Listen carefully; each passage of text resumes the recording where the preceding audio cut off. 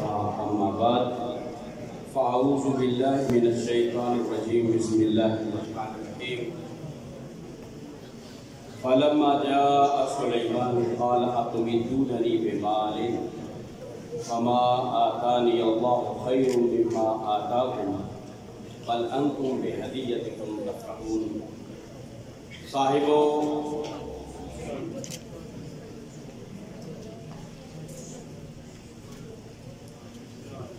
یہ وقت بڑا قیمتی ہے. یہ لمحات صدیوں اور سالوں میں نہیں پڑ سکتے. قاری عبدالرؤف صاحب، سمیع اللہ صاحب اور شاہ صاحب اور ان کے رفقا نے مجھے یہ خوشی ہے اس پر رونق محفل میں آنے کی. اللہ سب کو جزائے خیر دے. گزشتہ سال میں نے کسی نورانی، اور آپ ذرا دیکھیں نا اس پورے حال کی طرف، یقین جانے بڑی نورانی اور خود سی محفل. بچوں نے سفید کپڑے، سٹیج کا کپڑا سفید، حال سفید، دودھیا سکینت اور بڑا کلر سکیم کا جو بڑا سلسلہ ہے، بڑی پیاری کلر سکیم ہے. اللہ تعالیٰ قبول فرمائے. پہلے سال میں نے اس جگہ پہ قرآن کے اعجاز کے حوالے سے کچھ باتیں کی تھیں. میرا ارادہ یہ تھا، میں اپنی مصروفیات کی بنا پہ، اور چند دن پہلے یہاں ایک جنازہ تھا، وہاں مجھے قاری صاحب نے خبردار کیا کہ وہ محفل آ گئی ہے.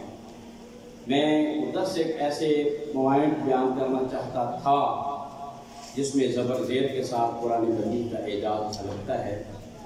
یا یہ ذہن میرے خیال میں منڈلا رہا تھا کہ پاکستان اور ہندوستان میں قرآن مجید کی خدمت کا ایک جائزہ پیش کر دوں آپ کے سامنے اختصار کے ساتھ، تاہم یہ دونوں باتیں نہ ہو سکیں.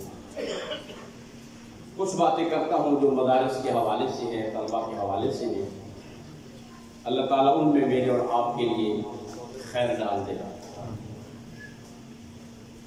میری جماعت کی قیادت میاں عبدالغفار صاحب، سید اختر کوہلی صاحب، میری جماعت کے تمام اکابر علماء، دین اسلام کے پاسبان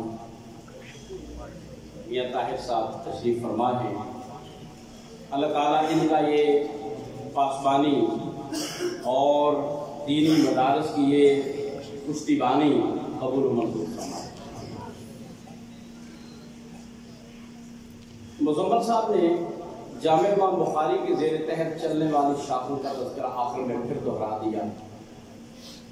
شاہ صاحب میرے پاس بیٹھے ہیں. مجھے وہ وقت یاد ہے 2002 اور 2001 کا، کہ جب پرانی مسجد تھی جامع امام بخاری کی، اور اس میں قاری بہر الدین افغانی پہلا استاذ تھا اور 6 طالب علم تھے. آج 6 شاخوں کا اعلان ہوا. حافظ وقاص، ماسٹر سعید صاحب کا پوتا، حامد کا بھائی رانا شاہد، یہ چند بچے 3، مجھے ان کا نام یاد ہے، 3-4. اکیلا ہی چلا تھا جانب منزل مگر، اکیلا ہی چلا تھا جانب منزل مگر، لوگ ملتے گئے کارواں بنتا. کا سب اکیلے ہی چلے جائے.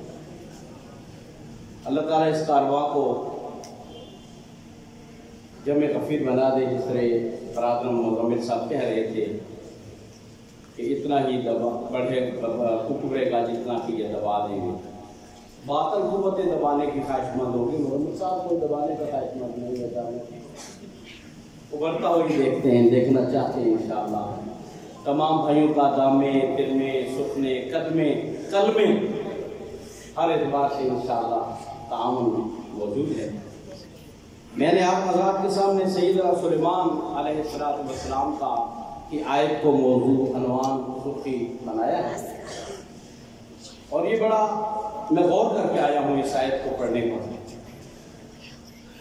جب کچھ لوگوں نے انہیں بڑے قیمتی ملکہ بلقیس کی طرف سے بڑے قیمتی دنیاوی ہدایہ کی آفر کی گئی تو حضرت نے کہا اتمیدوننی بمال، اور تم میری مدد مال و دولت سے کرنا چاہتے ہو. فما آتانی اللہ خیر، مجھے اللہ نے جو نبوت دی ہے بہت بہتر ہے۔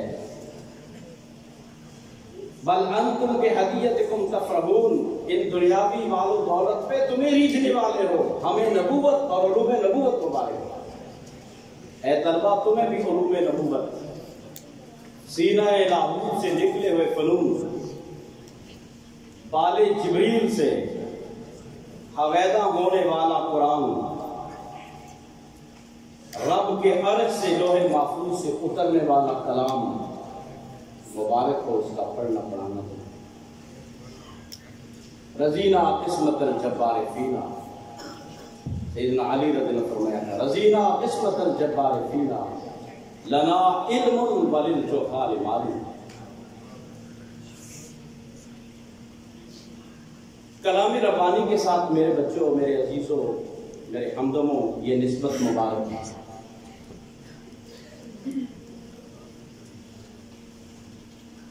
آپ پڑھ رہے تھے اور میں اپنے خیالات میں یہ سوچ رہا تھا کہ یہ رب العالمین کا پاک کلام ہے، ہم نجس سے ناپاک ہیں، گنہگار ہیں، ہم اس کے مخاطب ہیں۔ یہ نسبت خاک رب عالم پاک اللہ کا کلام اور ہم پڑھ رہے ہیں، انسان مخاطب ہے، بہت بڑی سعادت، بہت بڑی سعادت ہے جو اللہ تعالیٰ سے مخاطبت کی۔ جب کوئی آدمی کتاب پڑھتا ہے تو گویا مصنف سے کلام کرتا ہے، یہ اللہ تعالیٰ سے کلام ہے، ہم کلامی ہے، تو یہ اللہ تعالیٰ نے یہ نسبت دی، بہت بڑی سعادت ہے۔ یہاں آپ کچھ پیچھے چلے جائیے، چند صدیوں کے اوراق پڑھیے۔ آپ علیہ السلام نے حضرت ابی بن کعب رضی اللہ تعالیٰ عنہ سے فرمایا تھا، ابی آج اللہ تعالیٰ نے مجھے بذریعہ وحی یہ کہا ہے کہ اپنے شاگردوں میں سے ابی سے کہو وہ قرآن پڑھے۔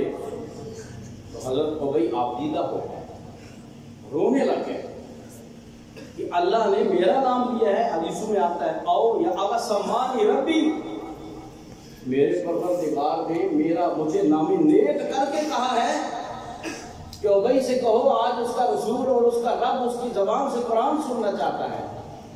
تصور کیجئے آج تم سارے ابی بن کعب کی جگہ پر کھڑے ہو رضی اللہ تعالیٰ، آج تم ساری اسی مقام و مرتبہ کے نقش ثانی ہو، دوسرا قدم اللہ کے فضل سے۔ اگر تمہیں اور ہمیں سارا مال خرچ کر کے کچھ نہ ملے، صرف یہ قرآن پڑھنا نصیب ہو جائے، بخدا یہ سودا گھاٹے والا، بالکل گھاٹے والا نہیں۔ میری ایک بات ختم ہوئی، میری دوسری بات،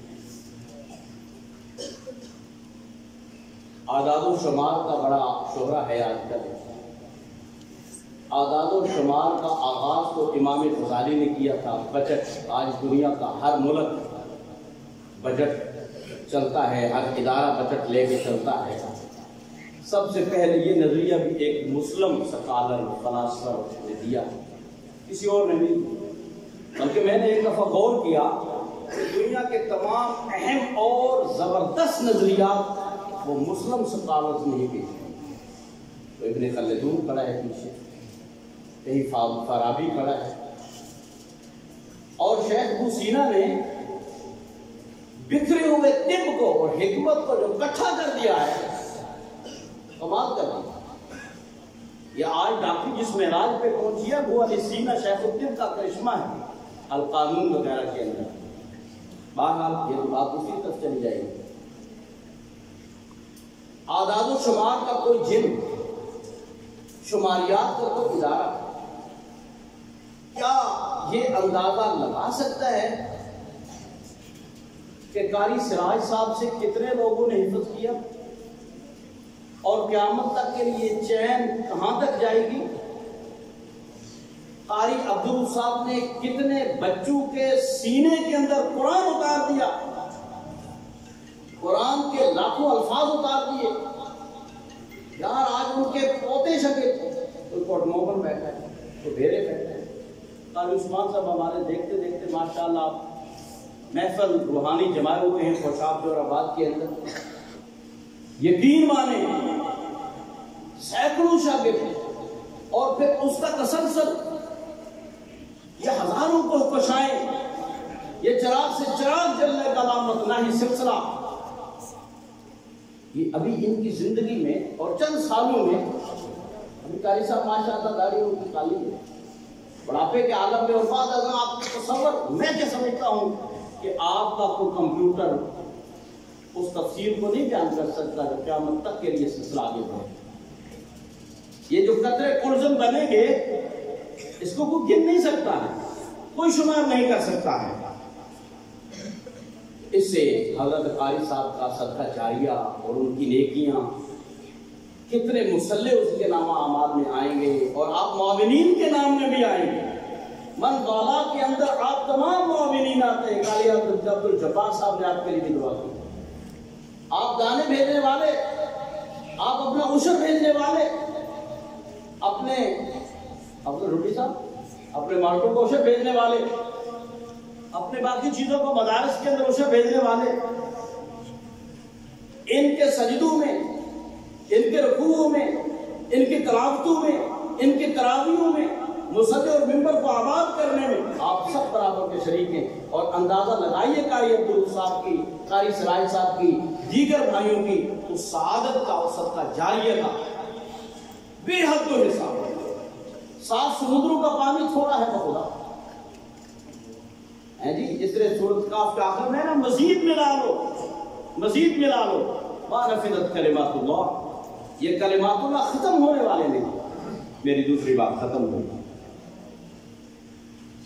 مدرسہ کیا ہے، یہ میری تیسری بات.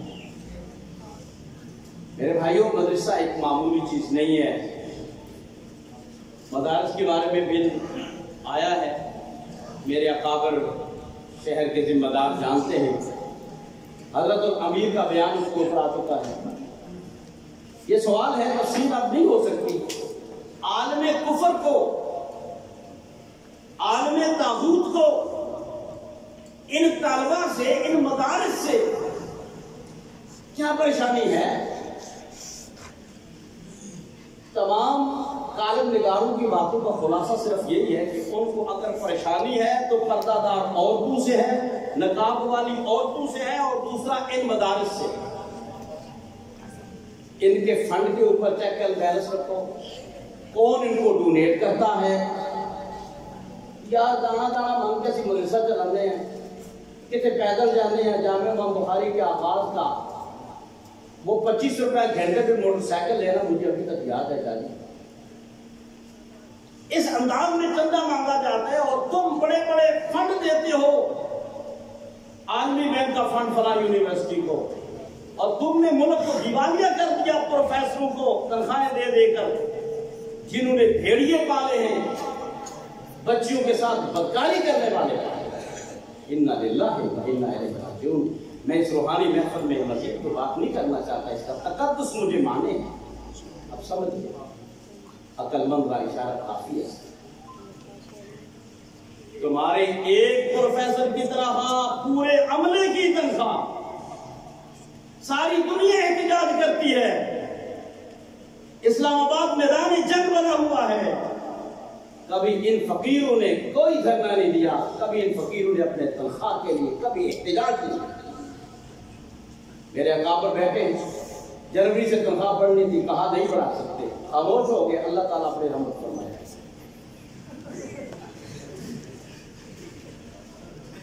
کھو گئے ہم سے تھوڑا سا گیلا بھی سن لیں.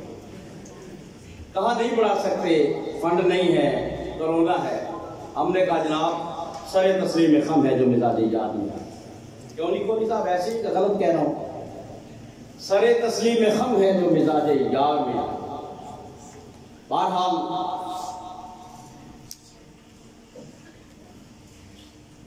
مدرسہ صرف عربی عبادتیں رکھنے کا نام نہیں ہے. مدرسہ نام ہے اس بجلی گھر کا، اس پاور ہاؤس کا جو پوری امت کی نبض چلاتا ہے. یہ دنیا کا سب سے بڑا تویرا ڈیم ہے جس سے روحانیت کی بجلی آتی ہے اور توانائی پیدا ہوتی ہے۔ اس کا تعلق اس امت کی جنت کے ساتھ ہے، اس کا تعلق اس امت کی آخرت کے ساتھ ہے، اس امت کی ابدیت کے ساتھ ہے۔ مدارس کا ایک سرا آپ کے ہاتھ میں ہے، ایک سرا حبل اللہ المتین، یہ اللہ کی رسی ہے جس کا ایک سرا رب العالمین کے ساتھ جا کے دیکھا۔ اے طلبہ، تمہیں مبارک ہو، تم صاحب نسل ہو، تمہارا نڑی ڈٹا ہے، تم مائی باپ رکھتے ہو، تمہارے پیچھے چلتے چلتے محمد رسول اللہ کا نام آتا ہے، تم انبیاء کے فرزند ہو۔ کوئی دختر مشرق ہے، کوئی فرزند سرگودا ہے، کوئی فرزند پاکستان ہے، تم فرزند اسلام ہو، تم فرزند قرآن ہو، تم فرزند قرآن ہو۔ انبیاء کا نام آتا ہے، ابراہیم علیہ السلام کا نام آتا ہے، اولیاء کا نام آتا ہے، تم اس شہراء کے راہی ہو جس کے پیچھے میں نام لینا شروع کر دوں گا، ٹائم کی تنابیں کھنچ جائیں گے، جس میں اولیاء یا اولیاء کا راستہ ہے۔ تم ایسے پارس ہو جسے پیتل ٹکرائے سونا بن جائے، اللہ کی قسم۔ تم ایک جگہ بیٹھ جاؤ، کھیتیاں لہلہا اٹھیں، اس مجلس کا، اس محفل مسجد کا گرد و پیش، اور اس گاؤں کا گاؤں جو ہے وہ اللہ کے فضل سے اہل حدیث ہو جائے، قرآن و سنت کا عامل ہو جائے۔ اور ایسا ہوا ہے۔ لوگو، تم آدم ساز ہو، انسانیت در ہو، تم انسان تراشتے ہو، لوگ پتہ نہیں کیا بناتے ہیں، فیکٹریاں اور ورک شاپیں ہیں، تم انسانوں کو ڈھالنے والے ہو۔ شاہ صاحب نے جو ادارہ بنایا ہے، سعید صاحب، طاہر صاحب جس ادارے کی کمانڈ اور ذمہ داری لے کے چل رہے ہیں، وہ آدم ساز ادارے، انسانیت کی فیکٹریاں ہیں، اللہ کی قسم۔ وہاں انسان ڈھلتے ہیں، وہاں انسان ڈھلتے ہیں۔ یہ ہے مدرسہ جو پوری امت کا پاور ہاؤس ہے، پوری امت کو لے کے چلنے والا ہے۔ تیسری بات ختم ہے۔ چوتھی بات، ایک تکون کو سمجھیے، ایک مثلث کو سمجھیے۔ مثلث کے 3 زاویے ہوتے ہیں، اصول یہ ہے کہ برابر ہونے چاہیے، مثلث ٹوٹ جائے گا۔ مثلث کے 3 زاویوں کا ہونا ضروری ہے۔ ایک زاویہ مدرسہ، ایک زاویہ طالب علم، اور تیسرا زاویہ والدین۔ یہ تینوں جب زاویے ملیں گے، ریاضی کے استاد بیٹھے ہوں گے جامعہ بخاری کے، مثلث تب بنے گی، وغیرہ مثلث نہیں، کچھ مخمس مربع کچھ اور ہی بن جائے گا، بات مثلث بن جائے گی، کچھ اور بن جائے گا۔ ہمیں مثلث چاہیے، ہمیں مثلث چاہیے۔ والدین کا رابطہ مضبوط ہونا چاہیے، مدرسے کو، بچوں کے قیام کو قیمتی بنانا چاہیے۔ استاد دیکھے کہ میں نے اس بچے کو کندہ نہ تراش ہے، میں نے اس کو تراش کے ہیرا بنانا ہے۔ ہمارے استاد ایک مثال دیا کرتے تھے، ایک انسان کسی دفینے کو کھوجنے لگا، اس میں سے اسے ایک پتھر مل گیا، اوپر مٹی ہے، گرد و غبار ہے، کائی چڑھی ہوئی ہے۔ اس نے دیکھا، اس نے کہا اندازہ ہوتا ہے پتھر کچھ مناسب ہے، لیکن اوپر بہت کچھ، اس کے اوپر مٹی ہے، گرد و غبار ہے۔ اس نے وہ پتھر لیا، اپنے علاقے میں سرگودے کے صرافہ بازار کے اندر چلا گیا۔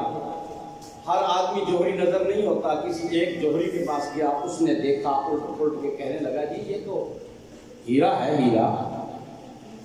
جب تک اس کو چمکایا نہیں جائے گا اور اس کے کونے برابر نہیں کیے جائیں گے، یہ بے قیمت پتھر ہے، اس کی کوئی حیثیت نہیں، اس کو چمکانا پڑے۔ دوسری بات، یہ بہت نازک ہے، اگر یہ چٹک گیا، ٹوٹ گیا، بیکار ہے، بالکل بیکار ہے، بالکل۔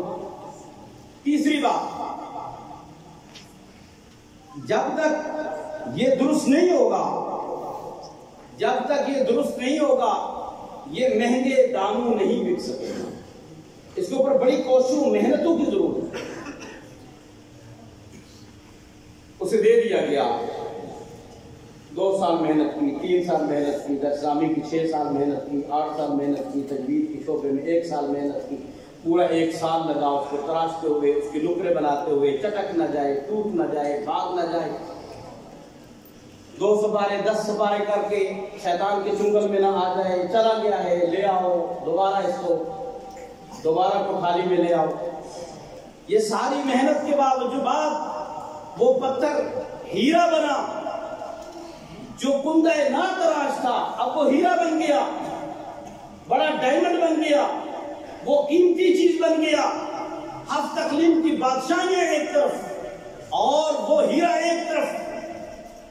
میں عین منبر کے نیچے قرآن کی اس محفل میں علماء کی موجودگی میں اللہ کی قسم کھا کے کہتا ہوں وہ ہیرا تمہارے پاس موجود ہے، وہ صلاحیتوں کا ہیرا ہے، وہ تمہارے اندر صلاحیتوں کا ہیرا ہے، وہ فرمانبرداری کا ہیرا ہے، وہ اپنے وقت کو قیمتی جاننے کا ہیرا ہے۔ اللہ کی قسم تم ہو وہ ہیرے، تمہیں سے اہل باطن کو ڈر ہے، تمہیں سے تل ابیب اور واشنگٹن کے امام نرزا و ترسام ہے، تم بے جاؤ۔ انہیں پتا ہے کہ ہماری باطل نظریات کے سامنے اگر کوئی سدے باب ہے تو یہی لو، حالانکہ بتا ہے تم فقیر بے نوا ہو، نہ کلاشنکوف ہے تمہارے ہاتھ میں، نہ کچھ ہے تمہارے ہاتھ، کچھ بھی نہیں تمہارے ہاتھ۔ انہیں ڈر ہے، وہ حدیث یہاں کریے، فقیہ واحد اشد علی الشیطان من 1000 عابد، 1000 اللہ کرنے والا، 1000 بیٹھ کے خانقاہ کے اندر ورد کرنے والا، من کے من کا چھو پر منتا کرنے والا، اس کی بجائے ایک عالم شیطان پہ بھاری ہے، ایک تم آپ کے اوپر پہ بھاری ہو اللہ کی۔ وہ ہیرا تم ہو، وہ کوہ نور ہیرا جو شاہ جہاں بادشاہ سے چلا تھا، آج وہ انگلینڈ کے کسی میوزیم میں پڑا ہے، دنیا کا قیمتی ترین ہیرا، دنیا کا بڑا ترین ہیرا جو انگریز چوری کر کے ہندوستان سے لے گئے۔ تم ایک بچہ کوہ نور ہیرا ہو اللہ کی قسم، تمہاری صلاحیتوں کے اللہ پاسباں نہیں کرے۔ اللہ تمہیں اس زمانے کی گندگی سے محفوظ رکھے اور تمہیں اللہ آخرت میں وہ مقام دے جو مالا عین رأت ولا اذن سمعت ولا خطر علی قلب بشر۔ تم انسانیت کے استاذ ہو، استاذ اپنے من میں ڈوب کر پا جا سراغ تو اگر میرا نہیں بنتا نہ بن، اپنا تو بن، اپنا وقت قیمتی بنائیے۔ هو الذی خلق کل شیء ثم هدی، اس اللہ نے جو ہدایت کا وعدہ کیا ہے وہ تمہارے ذریعے تکمیل پذیر ہوگا، وہ ان مدارس کے ذریعے تکمیل ہوگا۔ شیطنت اس امت پہ چھا رہی ہے، الحاد اس امت کو لیے ہوئے ہے، وہ تمہاری بنا پہ انشاءاللہ العزیز ختم ہوگی۔ آخری بات یہ ہے میرے عزیزوں، میرے پیاروں، میں بھی آپ ہی کے قافلے ایک فرد ہوں، عمر گزری ہے اسی دشت کے سیاحی، اسی دشت کی سیاحی میں عمر گزر رہے ہیں۔ اللہ کرے اسی پہ زندہ رہے، اللہ کرے اسی پہ موت آئے، اللہ اسلام پہ زندہ رکھے، پڑھتے پڑھاتے ہوئے زندہ رکھے، اسی پہ موت آ جائے۔ اپنے آپ کو کبھی حقیر نہ جانو، یہ میری آخری بات ہے۔ اپنے آپ کو کبھی ہلکا نہ جانو، اپنے کردار کو مضبوط رکھو، اپنے حوصلے جمع رکھو، اپنے آپ کو کبھی ہلکا نہ جانو۔ اسلامی تاریخ اٹھا کے دیکھ لیں، ہزاروں سال، 1400 سال اس پہ گواہ ہیں۔ مدثر محمد میری تقریر ہے جو میں 2-4 جملے کہنے لگا۔ عالم اسلام کو اگر قاضی میسر آئے ہیں تو مدارس سے میسر آئے۔ موجودہ ججوں کا دور، ظالمانہ دور، 13 لاکھ پتہ نہیں اب میرے کہنے تک تو 15 لاکھ کیس پینڈنگ ہے۔ ایک ایک کیس کے بارے میں دادا کرتا ہے، پوتا بھگتتا ہے۔ اسلامی تاریخ کے اندر پڑھیے ابن قیم کے المصائب الاسلامیہ، اٹھائیے المصائب الاسلامیہ، اللہ کی قسم تمہارے بہت خطا ہو گئے۔ 2 مہینے کے اندر قتل کے کیس چپٹا کے پرے کر دیتے اور مشکل ترین کے راتوں کو اٹھ کے دعا کرنے والے، اللہ مجھے قاتل تک پہنچا دے، اللہ میری قدم کو صحیح نکلے کی توفیق دے، ایسے کہے۔ بلوغ المرام کا مصنف قاضی القضات ہے، نیل المرام کا مصنف قاضی القضات ہے، اور شوکانی قاضی ہے یمن کا، علامہ عینی قاضی ہے، قضات کی لسٹ ہے۔ ہزاروں سالوں امت کو کمانڈر فراہم کیے ہیں ان مدارس نے، زیتونیہ نے، مستنصریہ نے، نظامیہ نے، کس کس کا نام لوں میں آپ کے سامنے؟ ان مدارس نے کمانڈر پیش کیے ہیں، وہ کمانڈر جن کے سامنے آپ کے ہندوستان کا بھی بڑا انوکھا واقعہ ہے، وہی طارق بن زیاد کی طرح لڑکیاں پیش کرنے والا خوبصورت، پتہ نہیں آپ کی مغلیہ دور تھا یا اس سے پہلے کا دور تھا، بول رہا ہوں، ان لوگوں نے نظر اٹھا کر نہیں دیکھا، ایسے کمانڈر، ایسے فوجی، عیاش نہیں، وہ طارق بن زیاد کے ساتھی، کہا تمہاری فتوحات لڑکیاں پیش کی گئیں اور نظر غلط کی ساتھ بھی نہیں دیکھا، ایسے بندے ان مدارس نے پیش کیے ہیں۔ ہزاروں سالوں تک قاضی، عامل، گورنر، کمانڈر کہاں سے نکلے ہیں؟ امت کو لاڈ میں کانے کے دور سے پیچھے جائیے، ہندوستان میں آئیے، آپ کے ہندوستان کے اندر بھی ابراہیم لودھی سے لے کے آخری بادشاہ مغل بادشاہ بہادر ظفر تک ان قضات کے اوپر کون تھا؟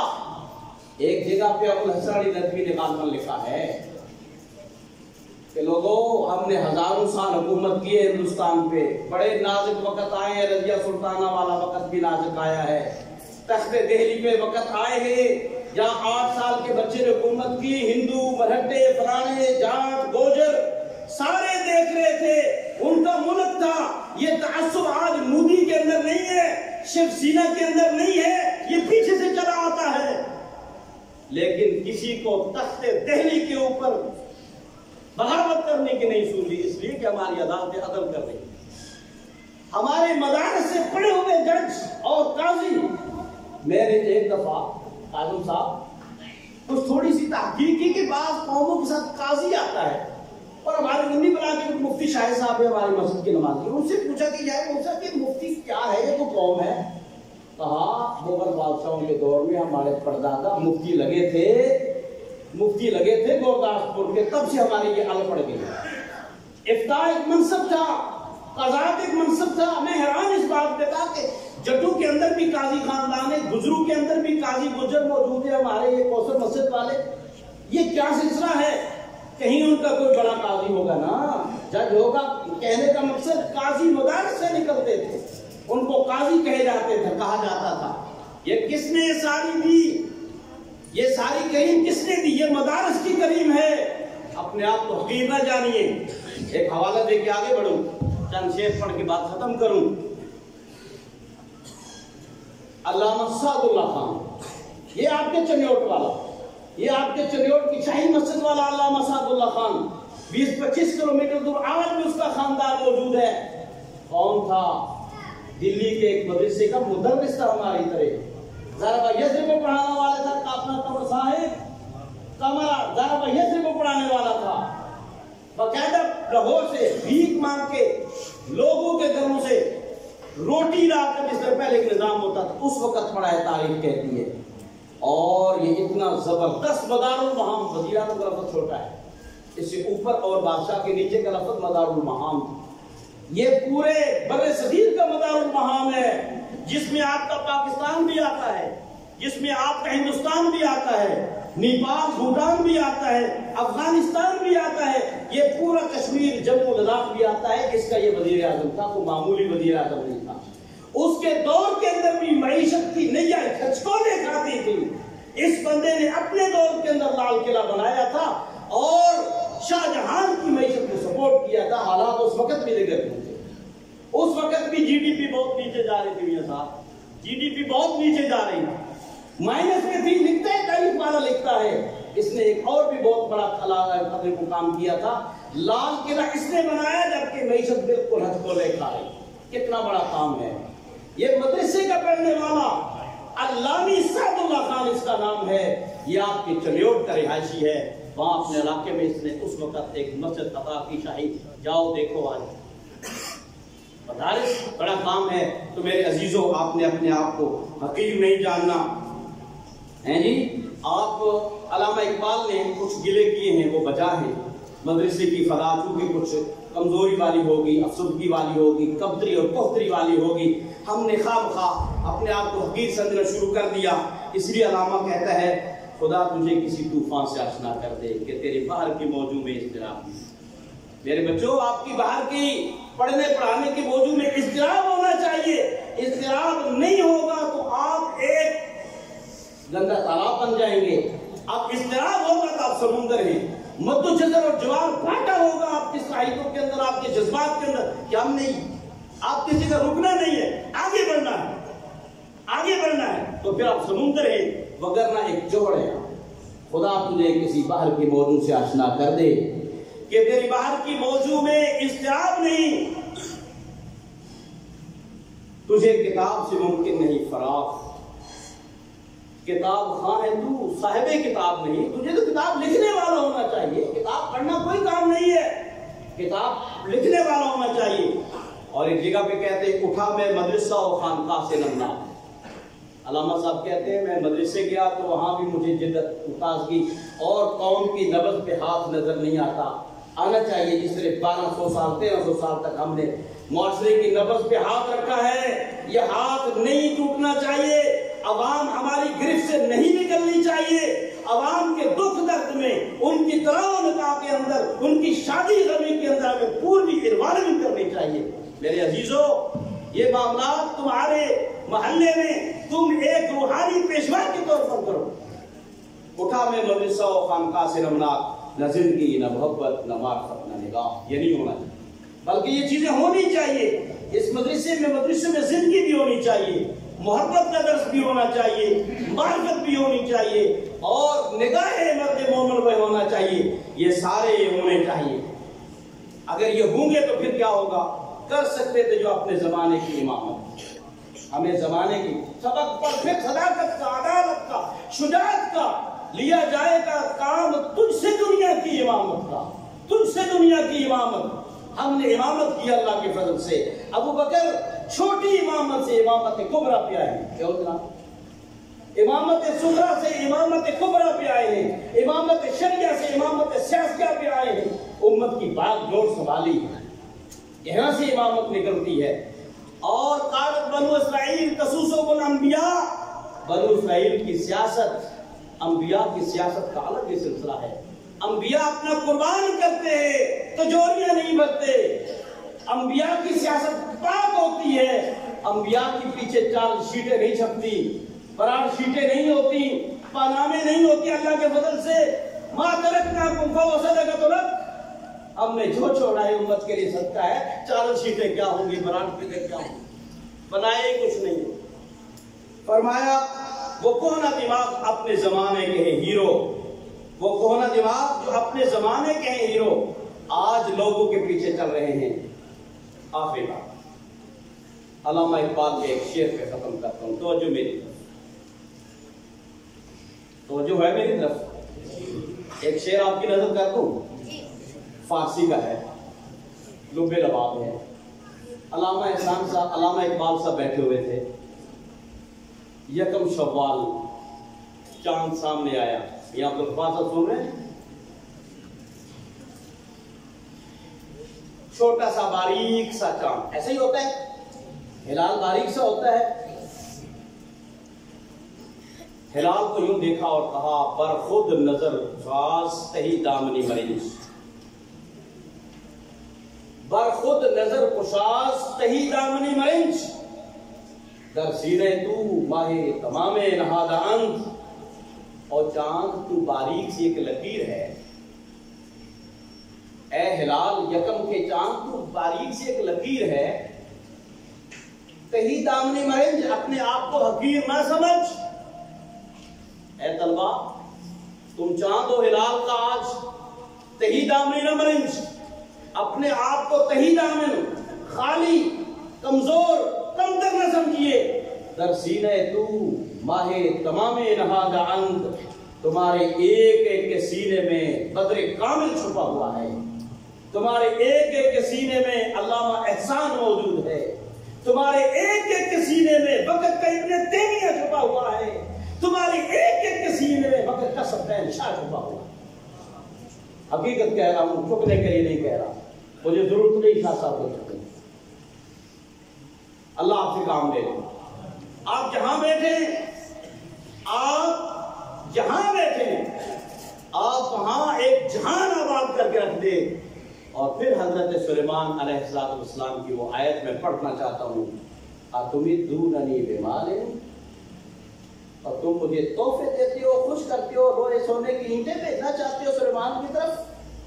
ملکہ بلقیس تم سمجھتے ہو ہمارے پاس بڑا کچھ ہے؟ اَتُمِدُّونَنِی بِمَالٍ فَمَا آتَانِیَ اللَّهُ خَیْرٌ، بولو سارے، فَمَا آتَانِیَ اللَّهُ، اللہ نے جو علوم نبوت سے ہمارا سینہ بھر کیا ہے وہ خیر ہے۔